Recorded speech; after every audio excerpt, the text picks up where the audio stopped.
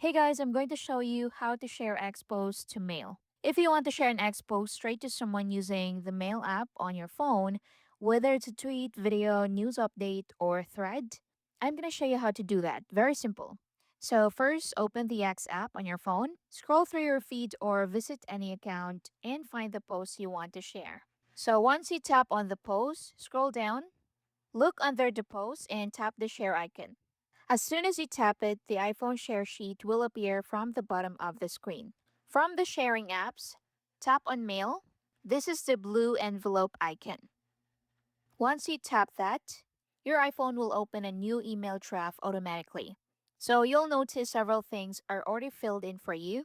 What you need to do is tap on the to field at the top, type the email address of the person you want to send the post to, if you want.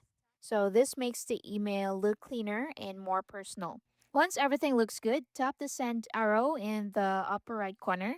And that's it. The recipient will receive an email containing the clickable X-Post link. So when they tap that link, it will open the original post directly in X or their browser. And that's it. Thank you for watching.